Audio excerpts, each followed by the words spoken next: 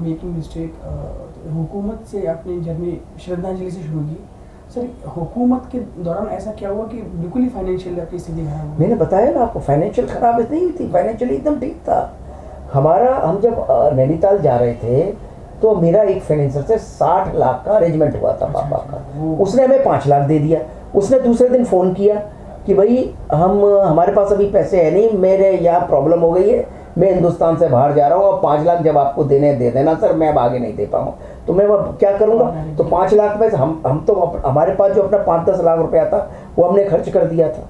वो हमने खर्च कर दिया यूनिट बनाने में, सेटअप बनाने में। 10-15-20 लाख रुपए थे, वो तो खर्च हो गए जो हमारे हाथ में कैश था। अब जो 5 लाख फाइनेंसर का है उसमें से भी हमने खर्च कर दिया, तो हमारा 20-1 लाख रुपया तो 25 लाख तो रुपया खर्च हो ही गया था अपना खुद का। 5 लाख फाइनेंसर का, 20 लाख अपना तकरीबन। उस जमाने कोई पिक्चर सैकड़ों करोड़ में तो 1-8 करोड़ में बनती थी। कोई पिक्चर ऐसा तो नहीं था कि 10-20 करोड़ में बनती, 1-1.25 करोड़ में पिक्चर बनती थी, उससे महंगी तो पिक्चर होती नहीं। तो उसमें से 15-20 तो खर्च कर चुके थे, 25-20 तक। अब वो वहाँ पहुँचे तो 25,000 मेरे हाथ में था, 5 लाख रुपया आ रहा था दूसरे दिन। वो पापा ने फ़ोन आया कि वो 5 लाख नहीं आ रहा है, वो फाइनेंसर का फ़ोन आ गया है। अब जब तक इंटरिम इंतज़ाम नहीं हो तो कुछ तो करना पड़े। लेकिन अब आपकी शूटिंग चली गई है, फाइनेंसर चला गया है, तो अब आप 60 लाख कहाँ से आएगा? तो हमने इधर उधर से जितना हमारे पास था वो हमने पापा ने भेजा। 10-20-25, 2-5-7 लाख 10 लाख कहीं घर में से इधर उधर से FD से आदमी करेगा, क्योंकि श्रद्धांजलि में पैसे बनाए थे, पर कितने बनाए होंगे। तो वो हो गया। प्लस फिर इधर उधर 10 जगह से पैसे रिश्तेदारों से, फाइनेंस हो नहीं रहा था। अब क्या होता है, एक बार पिक्चर चली गई, एक फाइनेंसर भाग गया तो नेगेटिविटी हो जाती है, इंडस्ट्री को पता लग जाता है, तो फाइनेंस हो नहीं रहा है। तो हमने करते करते करते करते 30-25-30 लाख रुपए का अरेंजमेंट फिर भी कर लिया मेरे पापा ने 40 दिन के अंदर। उस जमाने में 30 लाख मतलब आज के तो 30 ही करोड़ हो गए। कोई आसान है कि आज किसी को बोलूँ 40 दिन में 30 करोड़ अरेंज करने, नहीं होगा। तो कैसे भी हमने अरेंज किए 30-40, और मगर उस शेड्यूल तो 60 करोड़ का था, तो और तो चाहिए थे, तो 25-30 का तो उधार करना ही पड़ेगा। वो उधार होगा तो पैसे कहाँ से आएंगे? तो हम टोटल ब्रोक हो गए थे घर में। मतलब सारा ही पैसा फिल्म में लग गया, सब कुछ था, जो भी कुछ था। अगर एक चूड़ी भी थी तो वो भी फिल्म में लग गई। सर ये बात धर्म जी को मालूम थी? धर्म जी को मैंने लास्ट में बताई, धर्म जी को मैंने पहले नहीं बताई। जिस दिन धर्म जी से मैंने पैसे लिए तब धर्म जी को मैंने बताया, मुझे आपके पास कुछ पड़ा है, तो उनके पास कुछ थोड़े से पैसे पड़े थे, उन्होंने मुझे तुरंत दे दिए। वो ज़मीन खरीदने के हिसाब से हमेशा पैसे लाते थे, तो पैसे दे दिए।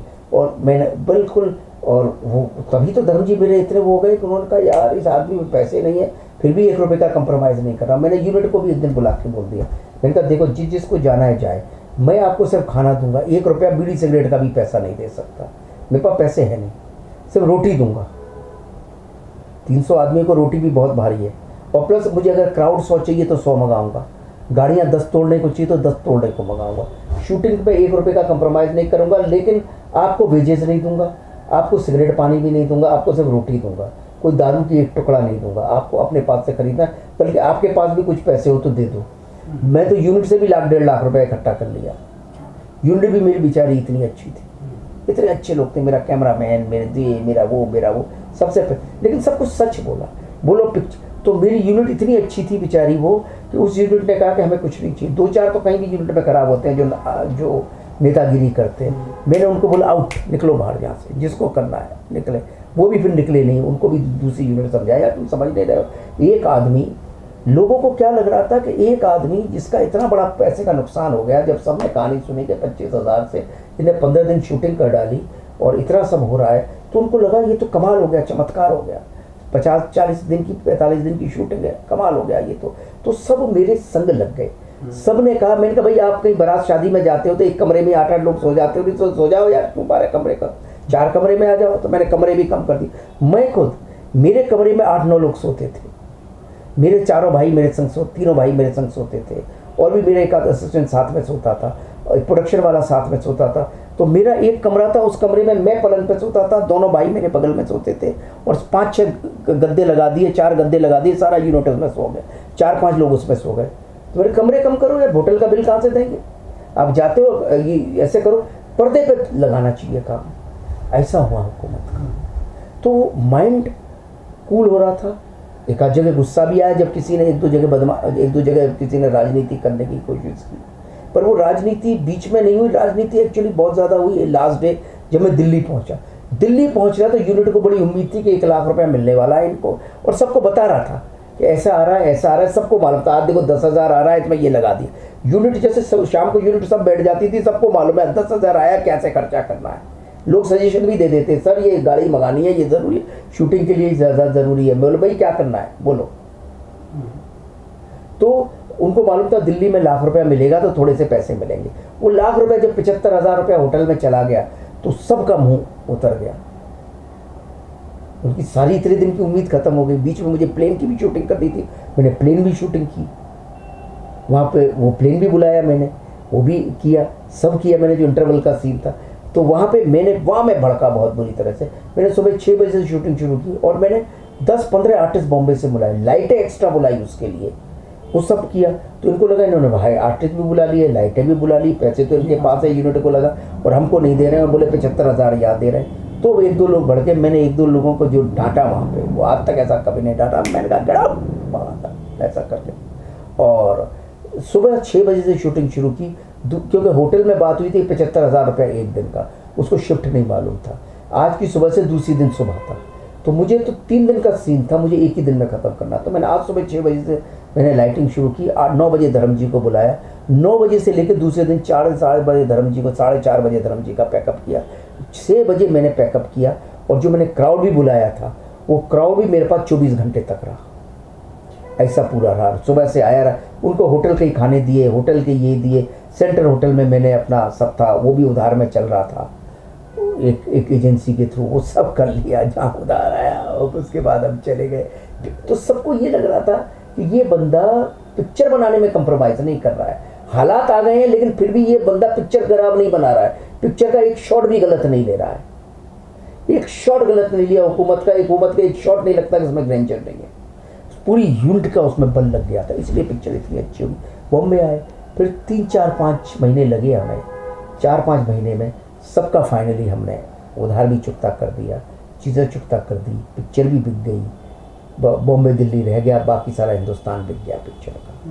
सर पहली खबर आपको कब मिली, कैसे मिली कि ये अब बेड़ा पार लग चुका है, मुसीबत टल चुकी है? क्या कलेक्शन था फिल्म का पहले दिन? पहले दिन ही, अरे सबसे पहले क्या हुआ, उस ज़माने में ब्लैक चलती थी फिल्म में। एक ब्लैकियर मेरे पास आया, बोला सर कि आप हमको 100 रुपया या कितना पर डे, कुछ ऐसा बोला था, मुझे याद नहीं है। तो मैंने कहा इतनी की तुम ब्लैक करोगे? बोले सर मैं तो 100 रुपये की टिकट बेचूंगा। मैं झटका खा गया। एक मेरा असिस्टेंट था, वो लेके आया, बोले सर इनका प्लानिंग ऐसा है। मैंने कहा मैं थोड़ी रोक सकता हूँ। तो उससे मुझे समझ आया। जब पिक्चर का एडवांस आया तो पता लगा कि 1 घंटे के अंदर फ्राइडे सैटरडे संडे बुक हो गया।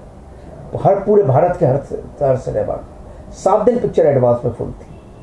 जिस दिन पिक्चर रिलीज़ हुई उस दिन पहले शो में ही, पहले थर्सडे को पिक्चर रिलीज़ हो जाती है। थर्सडे को मुझे रिपोर्ट आ गई पिक्चर बिगेस्ट ब्लॉकबस्टर हो गई। और मुझे सबसे पहले उस ब्लैक वाले ने बताया सर 27 दफ़े मैंने पिक्चर देखी है, मैं 400 आपके हर शो की टिकट खरीद रहा हूँ 10 वीक तक, और 10 वीक की टिकट मिनरवा में 400 ticket of every show I am buying for 10 week, और 10 वीक तक आपकी एडवांस बुकिंग नहीं खुलेगी। मैंने कहा तू कैसे बोलता है, पिक्चर हमने ही रिलीज़ की थी, तू कैसे बोलता है? बोले भाई मैंने 27 दफ़े आपकी पिक्चर देखी, जब आपका नवरंग में ट्रायल होता था मैं आ जाता था। ये पिक्चर इतनी बड़ी हिट है, धर्म जी का बहुत बड़ा कमबैक है, ऐसा मुझे उसने बोला, और वाकई ऐसा हुआ। सर ये तो फिर आपकी एक कहानी है, लाइफ से जद्दोजहद, आप कभी पीछे नहीं हटे, आगे बढ़ते रहे, आपने कभी कंप्रोमाइज़ नहीं किया। उसी के साथ साथ जो आपकी पर्सनल ज़िंदगी थी, वो आपकी लव लाइफ कैसी रही, कैसे आप अपनी वाइफ से मिले? और उस मेरा तो अरेंज मैरिज है। तहलका के दौरान मेरी उनकी लव लाइफ तो बहुत घटी है, बहुत सारी लव लाइफ घटी है, लेकिन मेरी फाइनल लव लाइफ मेरी पत्नी के साथ है, जहाँ मैं बहुत खुश हूँ। और मेरा बहुत बढ़िया, I got one of the best wife, and जो बहुत देखने में भी अच्छी, मन से भी अच्छी, गाती भी बहुत अच्छा है। उन्होंने बच्चे भी मुझे बहुत अच्छे दिए। तो लव लाइफ मेरी कमाल है। मगर लव लाइफ के बारे में मैं ज़्यादा डिस्कशन करना चाहूँगा नहीं, ये थोड़ा पर्सनल हो जाता है, इसमें क्या डिस्कशन करें। जी सर, आपकी अगर जर्नी की बात की जाए तो सर गदर एक बहुत बड़ा लैंडमार्क है, उसने सर सारे पत्ते खोल दिए थे इंडस्ट्री में। ये लग रहा था कि गदर से बड़ी ब्लॉकबस्टर अगर धर्म जी शोले के बाद, और कभी अगर धर्म जी जाने जाते हैं शोले के लिए तो सनी देओल जाने जाते हैं घायल और गदर के लिए। गदर के लिए। तो सर उस दौरान सर ऐसी कुछ प्रॉब्लम्स गदर के लिए आई हों जब आप बेहद परेशान हो गए हों या नहीं, गदर के लिए भी बड़ा प्रॉब्लम्स आई थी बहुत। गदर कोई आसान थोड़ी से थोड़ी बनी थी पिक्चर, इतना क्राउड, इतनी जद्दोजहद, लखनऊ में शूटिंग। गदर के बारे में एक एपिसोड ही करेंगे पूरा जब सिर्फ गदर की बात करेंगे, जैसे अभी हुकूमत की बात की। गदर अपने आप में, गदर तो एक पूरा एक एपिसोड हो सकता है। गदर के बारे में तू मेरे से कभी एक दफ़े सिर्फ गदर के बारे में बात कर, सिर्फ गदर, मैं तेरे को 1 घंटे का प्रोग्राम दे दूँगा।